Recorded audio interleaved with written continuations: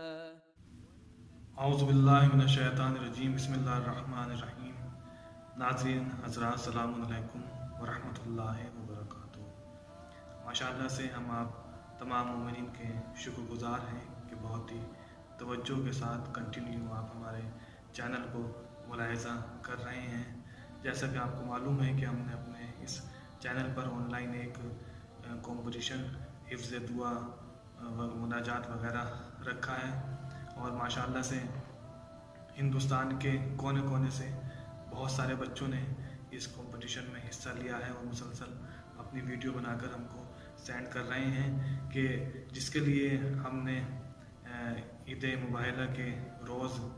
ایک اچھے انعام کا وعدہ بھی کیا ہے۔ ان تمام بچوں میں 3 بچوں کو انعام کے لیے انتخاب کیا جائے گا، لیکن یہ جو انعام ہوگا یہ ایک مادی انعام ہوگا جو کہ ختم ہونے والا ہے، زوال پذیر ہے، لیکن جو انعام ہمیشہ رہنے والا ہے، قیامت تک رہنے والا ہے، وہ ثواب ہے جو کہ اللہ کی طرف سے ہے اور رسول اللہ کی طرف سے ہے، اہل بیت رسول کی طرف سے ہے۔ اور یہ انعام کسی 1 یا 2 بچوں کے لیے نہیں ہوگا، بلکہ ان تمام بچوں کے لیے ہوگا کہ جو اس کمپٹیشن میں حصہ لے رہے ہیں۔ تو یہ ثواب کا انعام سب سے بڑا انعام ہے، قیامت تک باقی رہنے والا ہے، اور یہ تو بہت ہی معمولی سا انعام ہے جو کہ 3 بچوں کو دیا جائے گا، اور ایک روز ختم ہو جانے والا انعام ہے۔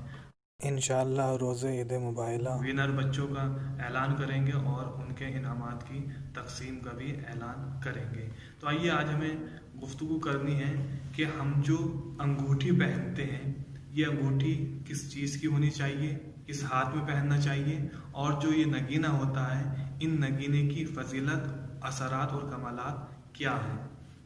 تو اس کے لیے مردوں اور عورتوں کے لیے یہ مستحب ہے کہ وہ انگوٹھی اپنے سیدھے ہاتھ یعنی دائیں ہاتھ میں پہنے۔ البتہ بائیں ہاتھ یعنی الٹے ہاتھ میں بھی انگوٹھی پہننے کی اجازت ہے، لیکن اگر اس انگوٹھی پر کوئی مقدس نقش یا مقدس نگینہ ہو تو باتھ روم جانے سے پہلے اس انگوٹھی کو ہاتھ سے نکال دینا چاہیے۔ لیکن جو زیادہ فضیلت اور برتری ہے وہ سیدھے ہاتھ میں انگوٹھی پہننے کی ہے، اس لیے کہ یہ انبیاء اور مرسلین کی سنت ہے، ہمارے ائمہ کی سنت ہے، اور رسول اللہ صلی اللہ علیہ وآلہ وسلم نے انگوٹھے میں اور درمیانی انگلی میں انگوٹھی پہننے کے لیے نہیں کیے، یعنی منع فرمایا ہے۔ اب یہ کہ انگوٹھی کس چیز کی ہونی چاہیے، تو انسان کے لیے سنت ہے کہ وہ چاندی کی انگوٹھی پہنے، یعنی چاندی کی انگوٹھی ہونی چاہیے۔ اس کے علاوہ جو لوہے کی، فولاد کی یا تانبا پیتل کی انگوٹھی ہوتی ہے یہ پہننا مکروہ ہے، اور جو سونے کی انگوٹھی ہوتی ہے وہ تو واضح ہے کہ وہ مردوں کے لیے قطعاً حرام ہے، کسی بھی طریقے سے سونے کی انگوٹھی پہننا جائز نہیں ہے۔ اور نگینے کے حوالے سے ہم کو روایات میں ملتا ہے کہ ہمارے پہلے امام مولا علی علیہ السلام 4 انگوٹھیاں پہنتے تھے، 4 نگینے پہنتے تھے۔ 4 نگینے سے مطلب یہ نہیں کہ وہ ایک ساتھ پہنتے تھے، ممکن ہے کہ 4 طرح کی انگوٹھیاں پہنتے ہو، یعنی جا بجا کر کے، رد و بدل کر کے 4 طرح کی مولا علی علیہ السلام انگوٹھی پہنتے تھے۔ سب سے پہلے یاقوت کی انگوٹھی مولا پہنتے تھے، اور یہ یاقوت پہنتے تھے بزرگی کے لیے، عزت کے لیے، شرف کے لیے یاقوت کی انگوٹھی مولا علیہ السلام پہنتے تھے۔ دوسری انگوٹھی جو مولا پہنتے تھے وہ فیروزے کی ہوتی تھی، اور فیروزے کی انگوٹھی مولا نصرت، کامیابی اور فتح کے لیے پہنتے تھے۔ اور تیسری انگوٹھی مولا حدیدے چینی کی پہنتے تھے، یہ طاقت، توانائی اور قوت کے لیے مولا پہنا کرتے تھے۔ اور چوتھی انگوٹھی عقیق کی پہنتے تھے، عقیق کی انگوٹھی دشمنوں سے اور بلاؤں سے بچنے کے لیے مولا پہنتے تھے، یعنی جو عقیق ہوتا ہے، عقیق کا یہ کمال ہے کہ وہ انسان کو دشمنوں سے بھی محفوظ رکھتا ہے اور اسی کے ساتھ ساتھ بلاؤں سے بھی محفوظ رکھتا ہے۔ اور اس کے علاوہ ہمیں روایات میں ملتا ہے کہ جو انسان عقیق کی انگوٹھی پہنے گا وہ پریشان حال نہیں ہوگا اور اس کا انجام بخیر ہوگا۔ اور رسول اللہ صلی اللہ علیہ وآلہ وسلم فرماتے ہیں کہ عقیق کی انگوٹھی پہنو، اس لیے کہ یہ وہ پتھر ہے کہ جس نے سب سے پہلے اللہ وحدہ لا شریک کی وحدانیت، میری نبوت اور یا علی آپ کی امامت کا اقرار کیا ہے۔ اس کے علاوہ ایک دوسری روایت جو کہ اسی سے ملتی جلتی ہے، اس میں یہ ہے کہ ایک مرتبہ جناب جبرائیل رسول اللہ کی خدمت میں حاضر ہوئے، عرض کیا کہ یا رسول اللہ، اللہ آپ کو سلام کہتا ہے، اور سلام کے بعد اللہ ارشاد فرماتا ہے کہ آپ دائیں ہاتھ میں انگوٹھی پہنے، یعنی آپ جو انگوٹھی پہنے وہ دائیں ہاتھ میں پہنے اور اس کا نگینہ عقیق کا ہو، اور یہی بات آپ اپنے بھائی علی کو بھی بتائیں کہ وہ بھی اپنے دائیں ہاتھ میں انگوٹھی پہنے اور عقیق کی انگوٹھی پہنے، عقیق کے نگینے کی انگوٹھی پہنے۔ جب یہ سنا تو مولا علی پوچھتے ہیں کہ یا رسول اللہ، یہ عقیق کیا ہے، کون سا عقیق؟ تو رسول اللہ فرماتے ہیں کہ عقیق یمن میں ایک پہاڑ ہے، اور یہ وہ پہاڑ ہے کہ جس نے سب سے پہلے اللہ کی وحدانیت، میری نبوت اور یا علی آپ اور آپ کی اولاد کی امامت اور آپ کے چاہنے والوں، آپ کے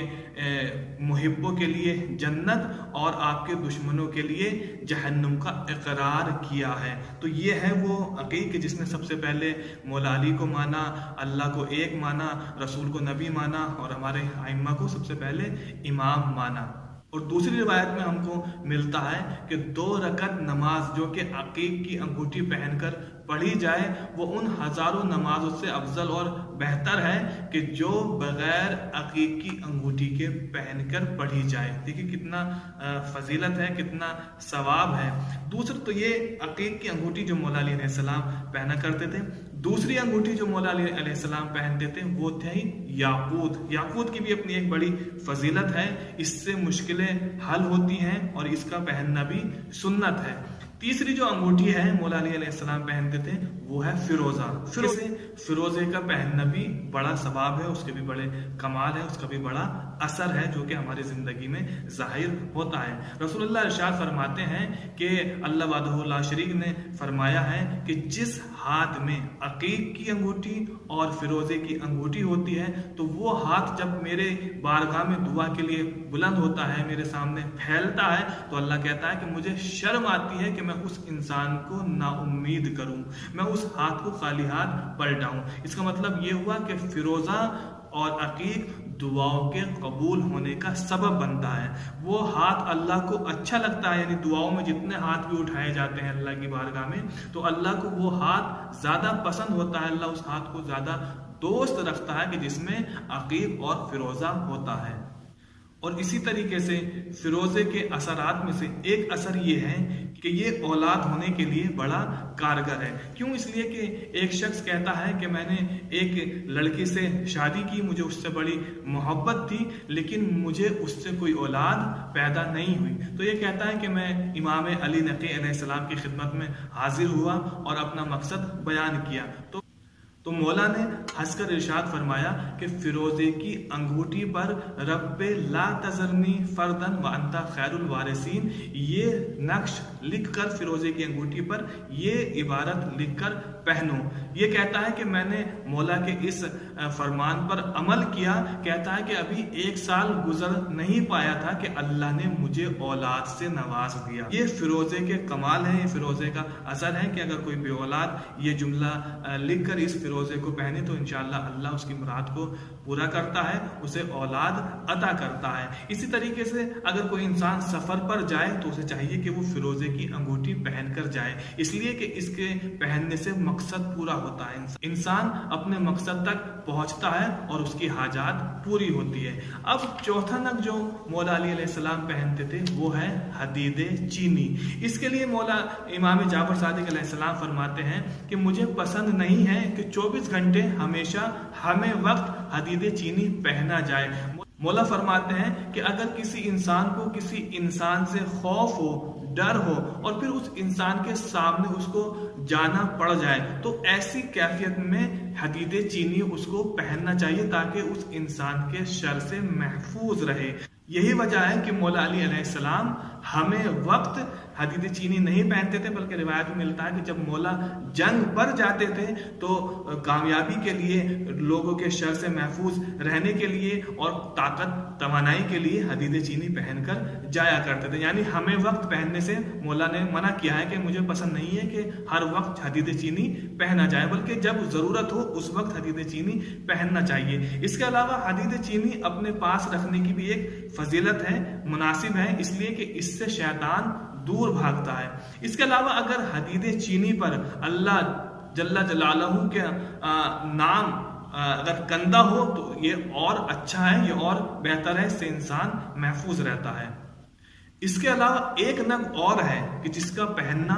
بے حد ثواب ہے، بہت زیادہ ثواب ہے، اور اس نگ کو کہتے ہیں در نجف، جس کا پہننا بہت ثواب ہے۔ ہمیں روایات میں ملتا ہے کہ جتنی مرتبہ اس نگ پر یعنی در نجف پر جتنی مرتبہ نگاہ پڑتی ہے، نظر پڑتی ہے، اللہ اتنی مرتبہ حج و زیارت و عمرے کا ثواب اس شخص کو عطا کرتا ہے، یعنی اتنی بڑی فضیلت ہے۔ اور امام جعفر صادق علیہ السلام فرماتے ہیں کہ اگر اللہ ہمارے چاہنے والوں پر رحم نہ کرتا تو آج در نجف اتنا مہنگا ہوتا کہ کوئی بھی انسان اس کو پہن نہ پاتا، کوئی بھی انسان اس کو خرید نہ پاتا، لیکن چونکہ اللہ نے ہمارے چاہنے والوں پر رحم کیا ہے اس لیے در نجف کو اللہ نے سستا کر دیا ہے تاکہ ہر انسان اس کو پہن سکے، غریب بھی اس کو پہن سکے، امیر بھی اس کو پہن سکے۔ تو یہ نگینے ہیں، یہ وہ نگ ہیں کہ جس کا پہننا عبادت ہے، جس کا پہننا ثواب ہے، جن کے اپنے آپ میں کمال ہیں اور ہماری زندگی میں با اثر یہ نگینے ہوتے ہیں۔ تو یہ نگینے انسان کو پہننا چاہیے،